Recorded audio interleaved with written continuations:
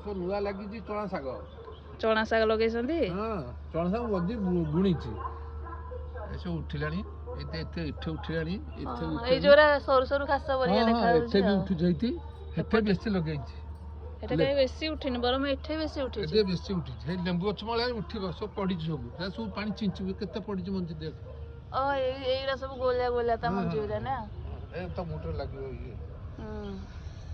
ଏରା ଉଠିନି ଉଠିବ ଏଗୁରା ଉଠିଛି ଆଉ। ଏ ଶାଗକୁ ଉପାଡ଼ି ଖାଇଲା ବେଳେ ଥିରି ଉପାଡ଼ି ଖାଇବ ଆଗ ଏଇଟା ଖାଇବ। ଏରା ତ କୋଶଳା ଗୁରା ନା ଏଇଟାକୁ ଆଗ ପ୍ରଥମେ ଖାଇବ।